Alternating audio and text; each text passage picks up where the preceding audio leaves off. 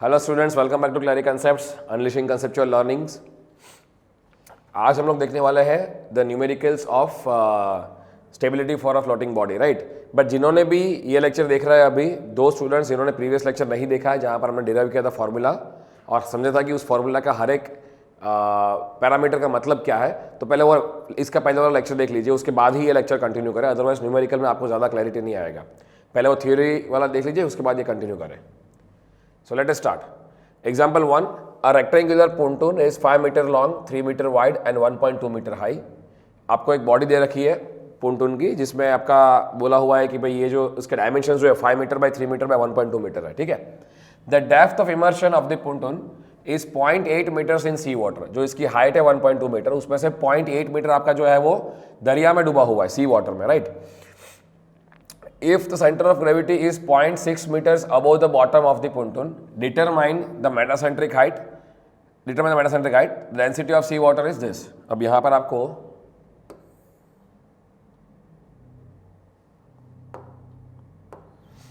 हम देखते हैं डायग्राम में क्या दिया हुआ है कि ये जो मेरा सी वाटर है जो आपको दिख रहा है, जिसकी डेंसिटी मुझे दे रखी है, सी वाटर में एक पोंटून जो है वो फ्लोट कर रहा है, जिसकी 5 मीटर की लेंथ है परपेंडिकुलर डायरेक्शन में, 3 मीटर वाइड है और 1.2 मीटर इसकी हाइट है। और बोला हुआ है कि भाई यहाँ से आपका जो डेप्थ है वो कितना है, आपका 0.8 मीटर इन सी वाटर, ठीक है। ये 0.8 मीटर इसकी डेप्थ है। अब फाइंड करने के लिए बोला है कि find out the metacentric height. तो सबसे पहले मेटासेंट्रिक हाइट का फॉर्मूला क्या था,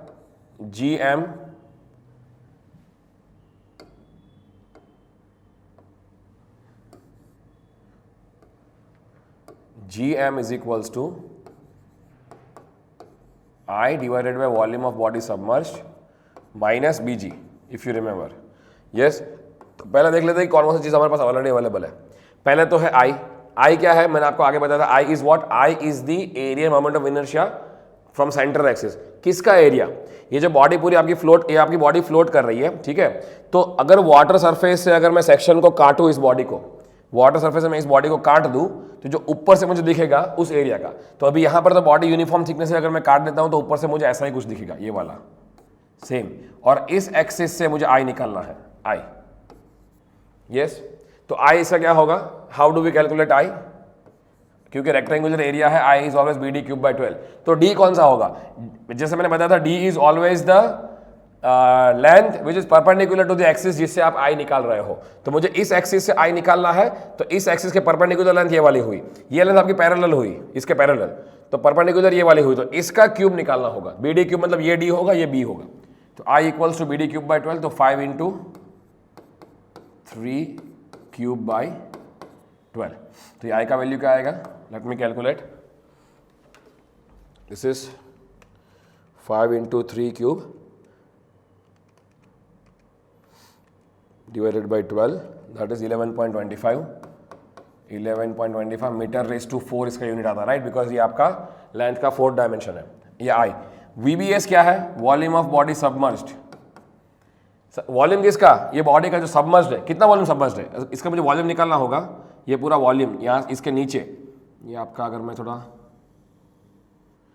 नीचे वाला वॉल्यूम निकालना होता है, आएंगे 0.8 इंटू 3 और इंटू आपका 5 मीटर्स, ये आपका 5 मीटर्स है, तो 5 metre into 0.8 into 3, 5 into 0.8 into 3, ये आपका आएगा 12 metre cube. Volume is metre cube. BG क्या है, BG is the distance between centre of buoyancy and centre of gravity. तो पहले तो इसका सेंटर ऑफ ग्रेविटी कहां पर है, ऑलरेडी बोला हुआ है कि centre of gravity is 0.6 metre above the bottom of the pontoon. तो पोंटून यहाँ पर है, यहाँ से आपका जो डिस्टेंस आपका G वाला है वो कुछ यहाँ पर है, और मैं अगर ड्रॉ करूँ तो ये आपका कितना है, यहाँ से बॉटम से 0.6 मीटर पे। अब सेंटर ऑफ बॉयंसी कहाँ पर है, मुझे यहाँ पे दिया नहीं है, बट ऑब्वियस है कि ये जो वॉल्यूम है उसका सेंटर कहाँ पर आएगा, सबमर्ज्ड पोर्शन का ही सेंटर। तो सबमर्ज आपका 0.8 है, इसका सेंटर कुछ यहाँ पर आएगा, तो ये लाइन में खींच दो सेंटर वाली, यहाँ पर आपका B आएगा, और ये डिस्टेंस कितना होगा यहाँ से, ये डिस्टेंस होगा 0.4 मीटर्स, क्योंकि ये पूरा 0.8 है, तो ये आधा 0.4 मीटर्स। सिमिलरली तो अब BG की डिस्टेंस कितनी होगी, ये डिस्टेंस कितनी होगी BG, ये वाली डिस्टेंस यहाँ से लेकर के यहाँ तक की, दिस इज 0.6 माइनस 0.4, तो कितना होगा, BG will be equals to ये थोड़ा दिक्कत आ रहा है। BG will be equal to 0.6 minus 0.4 that is equals to 0.2 metre. बस तो सारा खेल हो गया ना। अभी GM निकाल दो। आई कितना है मेरा 11.25 divided by 12 minus 0.2 determine the value of GM। अगर ये नेगेटिव आया मतलब कि आपका बॉडी अनस्टेबल इक्विलिब्रियम में है, अगर पॉजिटिव आया तो वो स्टेबल इक्विलिब्रियम में है, और अगर जीरो आया तो आपका बॉडी जो है वो न्यूट्रली स्टेबल इक्विलिब्रियम में है, जो हम पढ़ चुके हैं। ये आपका आंसर आएगा 0.7375 मीटर्स में आएगा, इसका यूनिट मीटर होगा क्योंकि ये डिस्टेंस। अब देखिए इसका मीनिंग क्या हुआ, पॉजिटिव आया मतलब सिंस GM इज पॉजिटिव, इसका मतलब क्या होगा, the floating body is in stable equilibrium. मतलब यहां से अगर बॉडी छोड़ दोगे तो आपकी बॉडी वापस ओरिजिनल पोजीशन में आ जाएगी, अगर टिल्ट भी होगी तो भी। अब यहां पर देखिए कई बार आप जब बोट में बैठते, जैसे आप ये शिप में बैठे हुए हो, ये शिप में आप यहाँ बैठे हुए फॉर एग्जाम्पल, और आपकी शिप ऐसे जा रही है, तो कभी नोटिस करना कि आप जब शिप का डिस्टर्बेंस आएगा तो आपकी शिप ऐसे ऐसे होती है, ऐसे ऐसे कई टाइम ऐसे भी होती है। तो इसको हम बोलते हैं रोलिंग, इसको हम बोलते हैं पिचिंग। तो ये जो हम फ्रंट व्यू देख रहे हैं वो ऐसा देख रहे हैं अभी, ठीक है, यहाँ से ऐसा। तो ये रोलिंग में आपको ज़्यादा अनस्टेबल दिखती है कि यार ये ऐसा टॉप एंड ना हो जाए। कभी आपने ये नहीं सोचा होगा जब बैठे हो शिप के अंदर कि आपकी शिप ऐसा टॉप एंड ना हो जाए, कभी नहीं सोचा होगा, बिकॉज इस कंडीशन में स्टेबिलिटी जो आपकी बहुत ज़्यादा हाईएस्ट है।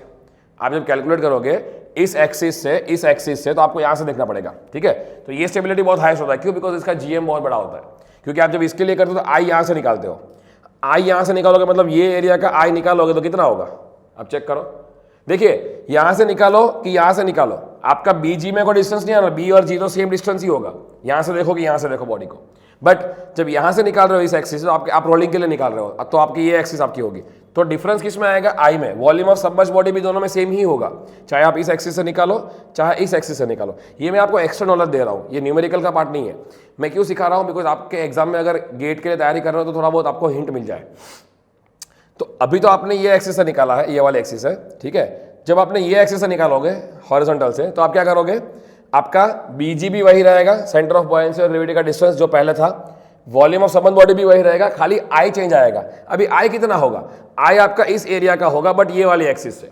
तो अब देखिए ये वाले एक्सिस से आप आई निकालोगे तो क्यूब किसका आएगा, BD क्यूब बाई 12 में, तो इसका क्यूब आएगा, 5 का क्यूब, पहले था 3 का क्यूब, सॉरी ये क्यूब आएगा यहाँ पर 5 क्यूब बाई, ये आपका आंसर वही है, मैंने कैलकुलेट तो बराबर किया है। तो पहले आपका आएगा 3 का क्यूब था, अभी आपका 5 का क्यूब आएगा। तो आई की वैल्यू क्या हो जाएगी, सेकंड केस में आई की वैल्यू बढ़ जाएगी। अगर आई बढ़ जाएगी तो ओवरऑल इसकी वैल्यू क्या हो जाएगी, ज़्यादा हो जाएगी। अगर ये ज़्यादा होगी तो ओवरऑल इसकी वैल्यू क्या होगी, GM की बड़ी हो जाएगी। इसीलिए GM की वैल्यू बड़ी होगी मतलब ज़्यादा स्टेबिलिटी है। तो इस एक्सिस में आपकी जो रोलिंग वाली जो एक्सिस है, पिचिंग वाली एक्सिस में हमेशा आपका स्टेबिलिटी ज़्यादा रहता है। इसीलिए कई बार आपको अगर दिया नहीं है ना कि कौन से एक्सिस से आई निकालना है, तो आप क्या करो, जो सेक्शन आपको दिया गया है ना, उस सेक्शन के दोनों आई निकाल लो, एक IA1 और इससे आपका I2, और जो भी मिनिमम होगा ना उसको कंसीडर करना है। क्योंकि मान लो अगर कोई भी आई से मिनिमम आकर के GM नेगेटिव गया ना, तो आपकी बॉडी स्टेबल तो वैसे भी नहीं रहने वाली। तो जब भी फ्लोटिंग बॉडी की स्टेबिलिटी चेक करते हो और आई निकालना होता है तो मिनिमम वाला आई ही निकालो, ठीक है, ताकि आपकी अगर मिनिमम के लिए स्टेबल हो गई तो दूसरे वाले के लिए तो स्टेबल होनी ही है, ये मान के चलो, ठीक है। आई होप कि आपको समझ में आ रहा है। सेकेंड एग्जाम्पल देखते हैं। यहां मुझे दिया गया जो है, a solid cylinder of diameter 4 metre has a height of 3 metre. एक सिलिंड्रिकल बॉडी दे रखी है मुझे जिसका डायमीटर है मेरा 4 मीटर और उसकी हाइट है 3 metre. Find the metacentric height of the cylinder when it is floating in water with its axis vertical. मतलब सिलेंडर अगर ऐसा, ये मान लो सिलिंड्रिकल बॉडी है ये वाली, इसकी एक्सिस आपकी ये होगी, तो ये आपका ऐसे ही बैठा हुआ है और आपका ये तैर रहा है, वर्टिकल आपकी एक्सिस की हाइट है। Specific gravity of cylinder is 0.6। तो आपको ऐसा कोई सिलिंड्रिकल बॉडी दिया हुआ है और ये आपका सर्कुलर इस तरह से है। तो टॉप इसे आप देखेंगे तो आपको सर्कल दिखेगा, if you see it from top. ये आपका सिलिंड्रिकल बॉडी है जिसकी ये हाइट कितनी है, ये आपका डायमीटर 4 मीटर का है और हाइट आपकी कितनी दे रखी है, 3 मीटर्स की, ठीक है। और इसका स्पेसिफिक ग्रेविटी आपको दे रखा है 0.6 का। अब आपको बोला होगा फाइंड स्पेसिफिक आपका find the metacentric height. Again what we will do, मुझे फाइंड करना है GM that is equals to I divided by volume of body submerged minus BG। अब जो मुझे नहीं दिया है वो मैं फाइंड कर लेता हूँ। पहले आई क्या है, इसका आई क्या होगा, इस बॉडी को वाटर के सरफेस से काट दो, ऊपर से देखो तो सर्कल ही दिखेगा, और इस एक्सिस से आई निकाल दो। अब इस क्योंकि सर्कुलर ही है तो आपका इस एक्सिस से निकालो कि इस एक्सिस से निकालो, दोनों का आई सेम ही आएगा, I1 या तो I2 कोई भी निकालो, I1 I2, तो I एक्चुअली क्या होगा π/64 d⁴, तो ये हो जाएगा π/64, d का वैल्यू कितना है, डायमीटर इज 4 इसका आंसर निकालो, 4 4 60, ये अल्टीमेटली 4 आपका क्या आएगा, 64 ही, सॉरी 256 आएगा, तो 5 × 4 डिवाइडेड बाई 64, ये लगभग आएगा आंसर आपका आई का 12.566 मीटर/4, ये आई का वैल्यू है। अब what is VBS, volume of body submerged. आप देखिए ये डिस्टेंस आपका कितना है, मान लीजिए आपका कुछ h मीटर्स है डेप्थ। अब यहाँ पर डेप्थ डिफाइन नहीं किया है, तो h into cross sectional area, मतलब आपका ये वाला a इंटू एच करेंगे तो वॉल्यूम ऑफ बॉडी सबमर्ज मिल जाएगा। बट h कितना होगा कैसे फाइंड करें, एनी आइडिया कितना हाइट होगा, यहाँ पे तो कुछ दिया ही नहीं है। प्रॉब्लम चेक करो, कुछ एक और चीज दे रखी है आपको, सॉलिड सिलेंडर, ये डायमीटर आपका वाटर के अंदर तैर रहा है। अब जितना डेप्थ, कितना डेप्थ तक तैरेगा वो डिपेंड करेगा उसके वेट के ऊपर, वेट ज़्यादा होगा तो ज़्यादा अंदर डूबेगा, वेट कम होगा तो थोड़ा अंदर डेप्थ उसकी कम होगी। तो हम लोग पता है कि जब फ्लोट कर रहा है, तो फ्लोट कर रहा है तो क्या होता है, at the time of floating weight of the cylinder should be equals to buoyancy force on cylinder. तो वेट सिलेंडर कितना है, rho of the cylinder into volume of cylinder, total volume, that is equals to buoyancy force कितना होगा, density of the, sorry ये आपका मास निकलेगा और जी multiply करेंगे तो वेट आएगा, density of the water into volume of body submerged, ठीक है, और इंटू आपका होगा जी कैंसल्ड। वेट सिलेंडर का डेंसिटी कितना दिया हुआ है 0.6, आपका स्पेसिफिक ग्रेविटी दिया हुआ है, डेंसिटी कितना होगा 600, क्योंकि आप 1000 से मल्टीप्लाई कर लोगे तो 600 is density. Volume of cylinder कितना होगा, area, cross sectional area π/4 d² into आपका टोटल ये डिस्टेंस कितना है 3, that is equals to water का density 1000, volume of body submerge कितना होगा, एरिया इंटू एच, एरिया मैंने इसलिए नहीं लिखा क्योंकि दोनों साइड कैंसिल ही होने वाला था।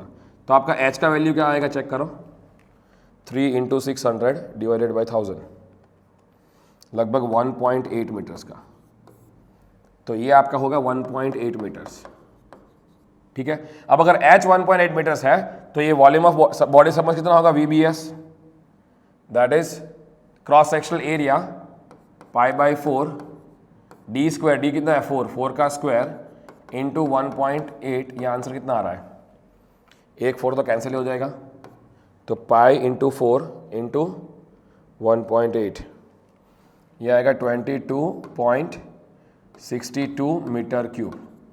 अब BG कितना होगा, अब देखिए BG का वैल्यू कैसे निकालेंगे, पहले तो B और G के सिलेंड्रिकल बॉडी दिया हुआ है ना, पूरा यूनिफॉर्म डेंसिटी होगा, ये सिलेंड्रिकल बॉडी का G कहाँ पर होगा, ये पूरी लेंथ अगर 3 मीटर की है तो G ऑलवेज इसके हाफ पे होगा, तो इसका हाफ कुछ यहाँ पर है मान लो ये लाइन, और ये लाइन का जो डिस्टेंस यहाँ से होगा कितना होगा, क्योंकि ये पूरा 3 मीटर है तो ये 1.5 मीटर होगा, यहाँ पर आपका मान लो G है, और B कहाँ पर होगा, मान लो कुछ यहाँ पर होगा B, एंड B किसका सेंटर होगा, B होगा जो पोर्शन डूबा हुआ है ना उसी का सेंटर पे होगा, राइट। तो डूबा हुआ पोर्शन 1.8 मीटर्स है, तो B का अगर आप निकालेंगे यहाँ से तो ये कितना होगा 0.9 मीटर्स, तो ये पूरा आपका 1.5, नीचे आपका 0.9, तो GB का डिस्टेंस क्या होगा, GB will be 1.5 minus 0.9, that is equals to I think 0.6 इतना आएगा, 0.6 मीटर्स, ये आपका BG। बस तो ये सारे वैल्यू डाल दो यहाँ पे, you got the metacentric height. I मेरा है 12.566, V मेरा है 22.62 minus 0.6, find out the value of G, 12.566 divided by 22.62 minus 0.6, इसका आंसर आ रहा है minus 0.044 metres. Let me check the answer once again, yes answer is correct, minus 0. ये negative है, नेगेटिव GM का मतलब क्या होता है, negative GM means the floating body is in unstable equilibrium position. Equilibrium position, इसका मीनिंग क्या होता है? इसका मीनिंग ये नहीं होता है कि ये बॉडी ऐसे तैर नहीं सकती है, ये बॉडी ऐसे ही तैरेगी, ऐसे ही रहेगी, बट अभी जो है वो इक्विलिब्रियम पोजीशन में तो है बट अनस्टेबल है। मीनिंग कि थोड़ा भी हवा का झोंका आएगा या थोड़ा भी हलन चलन पानी में आएगी, ये बॉडी टॉपल हो जाएगी। तो कभी भी सिलेंडर आप कैसे तैर नहीं पाएगा। अभी परफेक्टली रन कर दोगे तो परफेक्ट तैरता रहेगा, हल्की हवा आई या हल्का मूवमेंट पानी के अंदर आया, मान लो फिश पास हुई या तो फिर कोई मूवमेंट पानी का वेव का आया तो तुरंत टॉपल हो जाएगा। ठीक है, that is the meaning of unstability. So that's it. I think आपको समझ में आ रहा है कैसे बीजी निकालना है। अगले लेक्चर में भी आप कंटिन्यू करते रहना। We will meet you in the next class. Thank you so much.